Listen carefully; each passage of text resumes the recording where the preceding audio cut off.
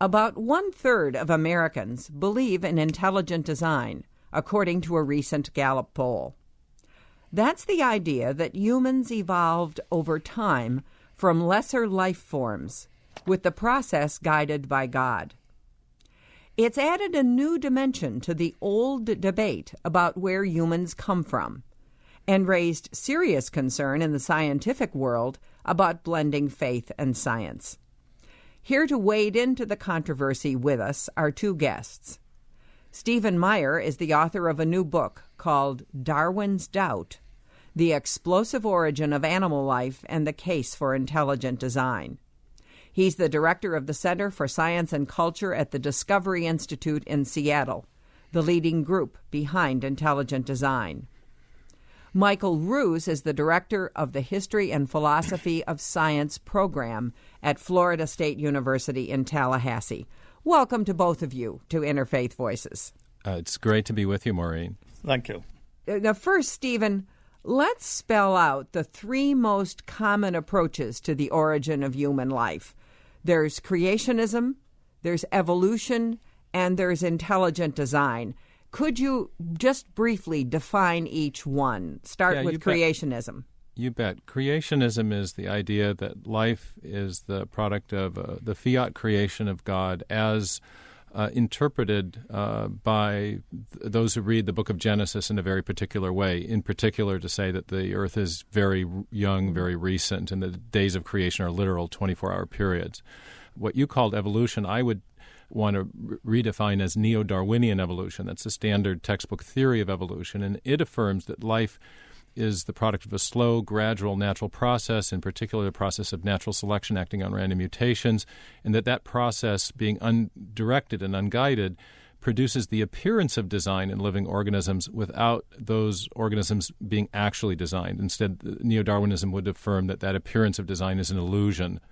In between, there are a lot of interesting positions, and the one that I advocate is called intelligent design, and it holds that life is the product of a designing intelligence, and that there are certain features of life that are best explained by the activity of a designing intelligence rather than an unguided, undirected process such as natural selection and random mutation.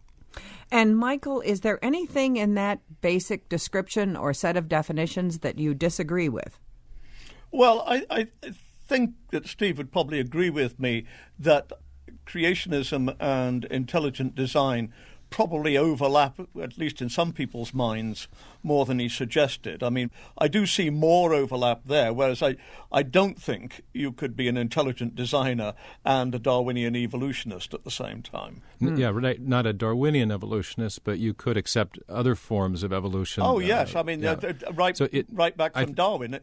You know, his American colleague Asa Gray believed in some kind of guided evolution. I don't think he would be a full-blown intelligent designer, but he certainly believed that the mutations weren't random, as Darwin did. I think this is actually a great place to start the discussion, Maureen, because I think both Michael and I have become frustrated, and I think many Americans are frustrated with the way in which this debate has been polarized between the fundamentalist creationist on the one hand and the new atheists who have embraced neo-Darwinism as a scientific basis for their atheism on the other. And there are a lot of interesting positions in the middle. And one of the things that my new book does is it tells the story of a doubt that Darwin had that's grown up to generate a very profound scientific problem about the origin of fundamentally new forms of animal life, and how there are many new evolutionary positions that are being formulated that are breaking with neo-Darwinism. And it's into that mix that I propose the theory of intelligent design as having something to offer. I want to come to that in just a minute, but I want to get a couple of other things clear first.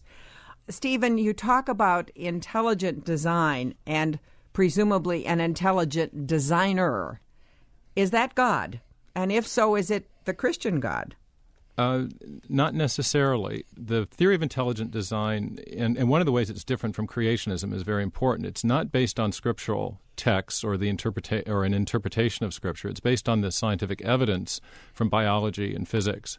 And what we can tell from the scientific evidence is that a mind of some kind is required to explain certain classes of phenomena, such as the digital information that's stored in DNA, or the intricate molecular machinery that we find in cells, or the fine-tuning of the laws and constants of physics. And so by applying some standard methods of scientific reasoning, in fact, the very ones that Darwin used, when we try to explain an event in the past, Darwin said that you should look for causes that are known to produce the effects in question.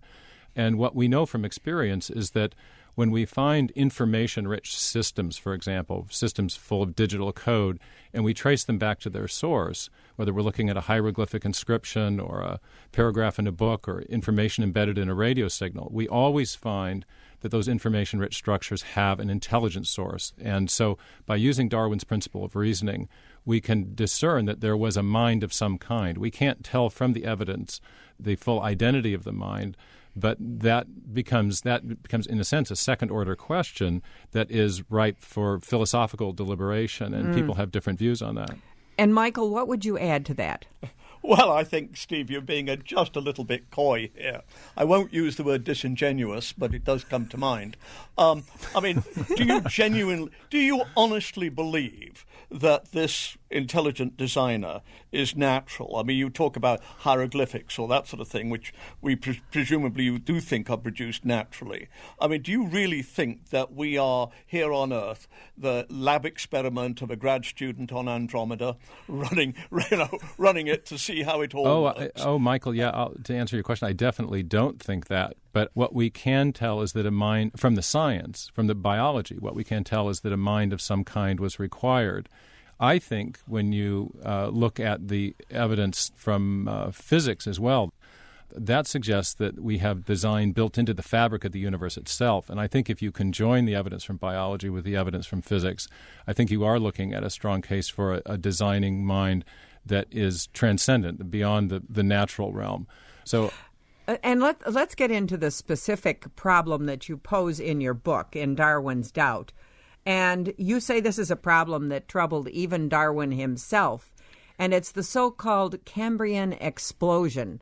Now, what is that? Sure. The Cambrian Explosion is the geologically sudden or abrupt appearance of most of the major animal forms. There are about 36 total phyla, which are the largest groups of animals in the classification scheme. 27 of them have been fossilized in the history of life. And of those 27, 23 appear in the Cambrian, and 20 of those 23 first appear in the Cambrian. So what you have is a pattern of pervasive appearance of animal life in the fossil record. It's a sudden explosion of animal life? Sudden, geologically speaking. It's probably the best date for the biggest pulse of the explosion is about a 10 million year window. About 10 million years ago? No. It occurred about 530 million years ago, and the major pulse of what's called the radiation or the diversification of animal life occurred within about a 10 million year window. There's a 5 million year window in which about 14 to 16 of the major phyla arise, and this, by reference to the Darwinian mechanism, is also very sudden biologically, because the Darwinian mechanism of mutation and natural selection must work very, very slowly. So it's both the biologically and geologically sudden appearance of animal life. Okay. And, of course, from your perspective, that is an explosion that is not adequately explained by the prior fossil record or by what came before it if one were applying natural evolution and natural selection. Right, for two reasons. One, because you have a pervasive absence of Precambrian fossils. And secondly, because what we've learned about the complexity of animal life, you've got code, you've got circuitry, you've got hierarchically organized information, each of which are phenomena that in our experience are always the product of intelligence. And so what I see in the Cambrian are telltale indicators of the role of intelligence or a purposive design in the history of life. Michael, does this Cambrian explosion, the rapid appearance of animal life on Earth, pose the same problem for you? Well, no, and I think we have to go back to where Steve came in, where he said this was a big worry for Darwin. And he's absolutely right. Darwin, in The Origin, the first edition of The Origin, is very worried about the Cambrian explosion. But what Steve doesn't mention is that the main reason why Darwin was so worried was he had absolutely no evidence of anything before that. But now, of course, and Steve knows full well, we have a fossil record going back over 3.5 billion years. And more than that, the kind of fossil record you would expect if you're dealing with natural origins. And as Steve well knows, although he plays it down in the book, before you get the Cambrian explosion, you're getting more and more sophisticated, more and more complex organisms. So, in fact, to say it's Darwin's doubt, it may be true in 1859, but I think it's a bad mistake simply to say, well, here we are, folks, with the same problem in 2013, because we're not with the same problem at all. It sounds to me, Stephen, like there might have been new scientific evidence that has come into the world since the days when Darwin wrote The Origin of Species. Well, absolutely. There are things that have been found in the Precambrian fossil record. And unfortunately, these go extinct right at the base of the Cambrian about 12 million years before the explosion, and most paleontologists don't think that these organisms have any strong affinities to the organisms that come later. In fact, many doubt that they're even animals. And as I point out in the book, the mystery is not just the absence of discernible ancestral fossils in the Precambrian. It's also this engineering mystery. We now know that information, digital information in DNA and other forms of information called epigenetic information are absolutely necessary to building complex animal forms. And the Darwinian mechanism of mutation and natural selection seems to many evolutionary biologists to lack the creative power to get that job done. And for that reason, there are 6 or 7 new evolutionary models that are being proposed to try to address this fundamental problem. And Michael, how would you answer that? Well, and frankly, I think that Steve, like everybody on his side, including the creationists, is into highly selective quotations. I mean, other reviewers, scientific reviewers of your book, have said exactly the same thing, that what you're doing is pulling out passages out of context which make it sound as though we're in much bigger problems than we are. And I've read some reviews of Darwin's doubt. And some critics, like Gareth Cook, for example, in The New Yorker, said that the Cambrian explosion was not, in fact, an explosion. That was something that Darwin may have seen, but it's actually an event that took place over tens of millions of years. Yeah, and so could this have been misread? Thanks for raising that. Actually, in the book and also on our blog, evolutionnews.org, we've rebutted that claim extensively. But most Cambrian paleontologists accept a date for the main pulse of new morphological innovation, that is the origin of fundamentally new forms of life and body plans, at about a 10 million year window. But I do acknowledge that there's a definitional aspect to that, but I use the standard date. And Michael, how do you deal with that? I find the scientists, people like Prothero, who seems to be Steve's doppelganger as far as I can make out, says, you've got to take the Cambrian as being, or the explosion, or so-called, as a much longer period of time. And once you start to do that, then it's nothing like as explosive. It's not necessary to bring in new sorts of mechanisms or these sorts of things. The fact of the matter is, and Steve knows this, that we just know so much more than Darwin did. Many people have suggested that intelligent design is pseudoscience, as I'm sure you know, Stephen.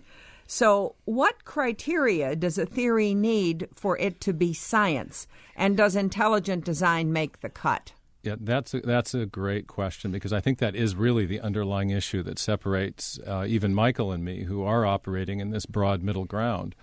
I'm not that much of a middleman, Steve. I don't like the new atheists, but I'm on their side rather than yours. When it comes to evolution, we can be bigger opponents than we have sometimes been. I don't care either way. It's fine. Okay. Yeah. In any case, the issue of the definition of science. The definition that is being asserted is that to be a scientist, you must limit yourself to strictly materialistic explanations of all phenomenon.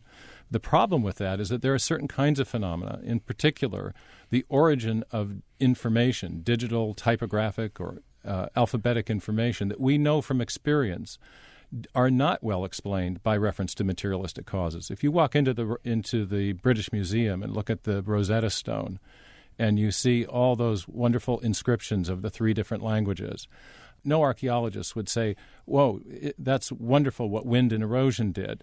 You, as an archaeologist, do not want to be limited to strictly materialistic causes to explain certain types of phenomena, because we know that information-rich systems invariably arise from intelligent source. So I see decisive evidence of a teleological or purposive intelligence in the origin of those animal forms. And I come to that conclusion by applying Darwin's principle of reasoning, that we should be looking for causes that are known to have the capacity to produce the effect in question, the effect we're trying to explain. And so let me try to put this in simple English if I can.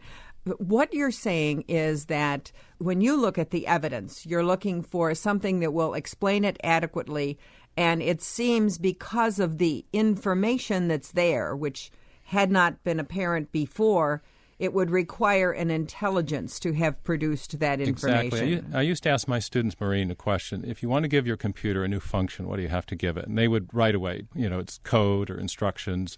The same thing is true in life. If you want to build a new form of animal life, the evolutionary process would have to provide new information. Okay. But what we know from experience is that information always comes from a mind. So the limitation on science that says you can't invoke a non-materialistic explanation is contrary to what we know from our uniform and repeated experience. Okay, and Michael, would you agree with that? Do you think of it? It sounds like you probably wouldn't. Maureen, why don't you just simply say, why do you disagree with that? All right, I assume you think intelligent design is pseudoscience. Then, am I right? Well, I don't think it's pseudoscience. I think it's religion, quite frankly. But let's just backtrack a sec. Steve's been using the word materialistic. I don't know about materialistic. I much prefer to use the word naturalistic, and of course Steve himself would use that many occasions.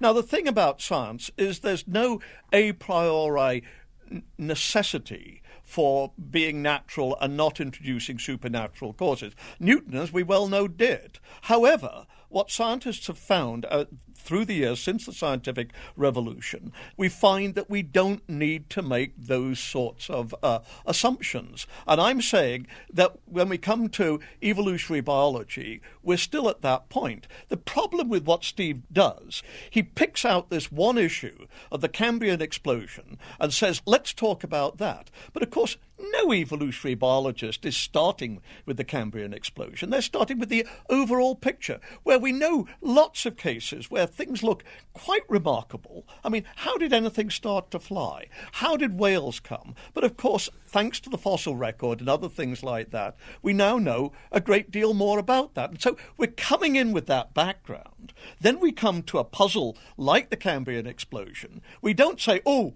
gosh, this is tremendously difficult. Let's bring in miracles, let's bring in God. And that, of course, is what Steve is doing. So the point is, scientists say, we don't need that hypothesis, at least not for a long while. And we're slowly starting to piece together this story. Don't give up now, and certainly don't bring in God. That's not doing science. That's not even pseudoscience. That's religion. What are the criteria for something to be a scientific theory? Well, I would say today that it's going to be something which is going to be explained naturalistically. That's to say, we're going to appeal to unbroken laws which just go on, as it were, indefinitely, that we don't need supernatural causes to explain things. We're going to have certain methodologies. I mean, Karl Popper, for instance, said that all science must be put up for check, to be falsified. Obviously, a major part of a good new theory is it's going to be predictable, predictably fertile. And, of course, this, has been one of the big criticisms against intelligent design theory, even if it were science, that it doesn't seem to lead to the kind of predictability or predictive fertility that one's looking for. But as I say, the main thing is science is going to rule out interventions by the Almighty. Not because scientists are atheists, some are, probably most are, at least in America, but simply because it's just not pragmatically a very useful thing to do. In fact, not only is it not pragmatically a very useful thing to do, it's a really stupid thing to do, because once you start bringing in God and saying, oops, I've got a problem, invoke God, what is known as the God of the gaps sort of position, then you stop doing science. And the whole point about science is really good science gets going when you've got something you can't explain, and you're a bright young grad student or you're after a Nobel Prize, and you just keep at it until you crack the problem. And I'm wondering why intelligent design has become quite popular in more recent years. Because about 25 years ago, there was a Supreme Court case, Edwards versus Aguillard, which prohibited essentially teaching creation science in school. Now, this would have been the Genesis version of the creation story because it was considered religion. And to some people, intelligent design looks like a way to circumvent the court rulings. What do you think, Stephen? Is intelligent design a way to bring God into a scientific classroom kind of by another route? No, definitely not. There's an urban myth kind of history circulating, but I was there in the 80s when a lot of the ideas about intelligent design were being formulated, and they were being formulated by people who were definitely against the attempt to put creationism into the classrooms that Edwards v. Aguilar struck down. So I think the reason that there's so much new interest in intelligent design, and this was certainly what captured my interest, was precisely this problem of the origin of information. It takes an intelligent agent to generate information. And the reason the hypothesis has become so attractive to many scientists is that we precisely do need that as a causal explanation for certain types of phenomena. And in fact, we see those phenomena, those information-rich structures in living organisms. You can't build Cambrian animals without that information.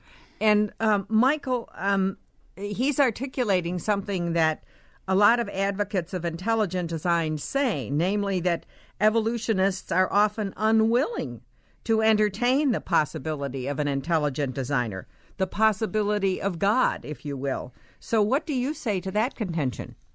Well, it's not a question of entertaining the possibility of God. Scientists are doing science. They're not doing religion. So they don't have to bring it in. It has been entertained in the past. No need to entertain it now.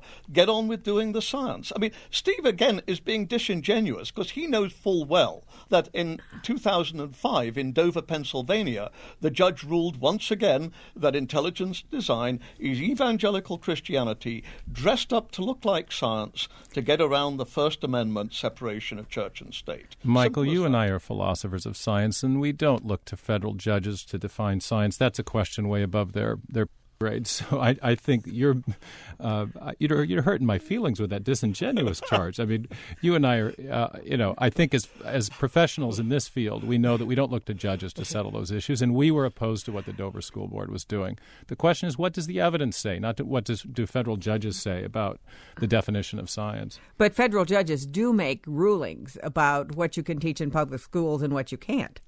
And we're not pushing to get intelligent design into the public schools. So that's really not the issue. The issue is whether or not the... Oh, my goodness me. Who's the we here? Come on, Steve, you know... All right, Michael. That's absolutely... No, you have to let me speak for my own institute and what our position has been. We oppose the Dover trial. I was asked to testify in it. I declined.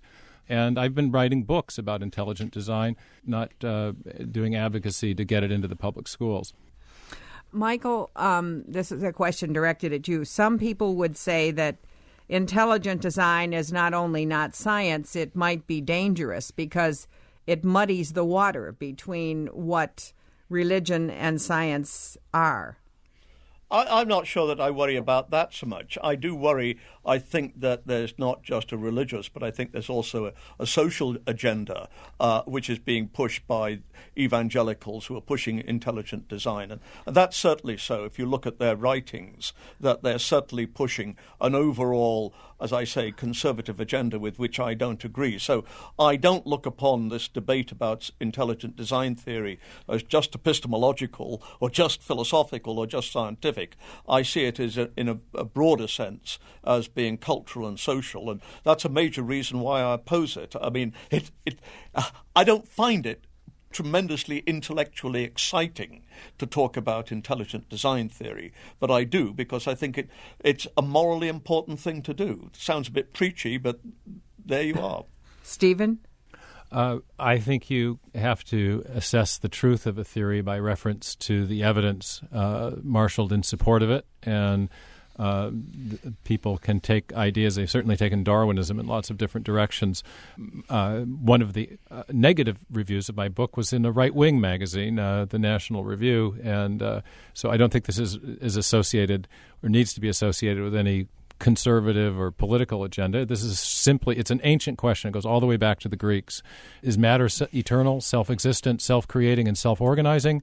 That was one school of thought in Greek philosophy. The other is that a mind is needed to either shape or create matter in the first place. And intelligent design is in that latter tradition, affirming the mind over matter view of reality rather than the idea that matter has the inherent capacity to organize itself. Michael, you maintain in your writings that science and religion don't have to be at war, as they have been for a long time over questions posed by evolution. But how do you get past that conflict then?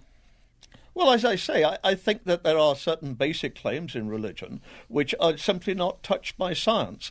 But at the same time, I want to say that these claims are very carefully circumscribed. I mean, I don't think that you can claim there was a universal flood. I think science shows that that's just not on. And I personally don't think that you can argue that God got to work busily at the time of the Cambrian Explosion. So the fact that I'm prepared to allow, for instance, that there was a creator, and things of this nature, that we are special in God's eyes, I'm prepared to allow all of that, but it doesn't follow that I'm going to allow every last claim which is in the Old Testament. And so, therefore, the sphere of religion is very different from the sphere of science, but it's certainly possible for someone to be a believer and to also adhere to the theory of evolution. Oh, I think so. Darwin thought so. And Stephen, how about you? How would you get past the age-old conflict between science and religion? Well, I agree with Michael. I don't think there is a necessary conflict. And in fact, I think there's evidence from the natural world that has theistic implications, that is faith-affirming, even if it doesn't provide an absolute proof for the existence of God. And I see the evidence for intelligent design as some of that evidence that has larger theistic-friendly implications. And so, whereas Michael thinks that science and religion occupy more separate realms, I see the realm of overlap to be a little bit greater, and I see that the way in which science and faith overlap generally has implications that are affirmative of faith. And I think design and the overwhelming evidence of design provide support for a broadly theistic worldview. And so even though you differ as to how, science and religion don't have to be at war with each other. I think we do agree on that, don't we, Michael? Oh, I think we do, but I think there's an awful lot of difference about how we see these two interacting or not interacting. I think that's right. Yeah, that's fair. Michael Ruse is the director of the History and Philosophy of Science program at Florida State University in Tallahassee, and Stephen C. Meyer is the author of Darwin's Doubt and director of the Center for Science and Culture at the Discovery Institute in Seattle, Washington. Thank you both for joining us today.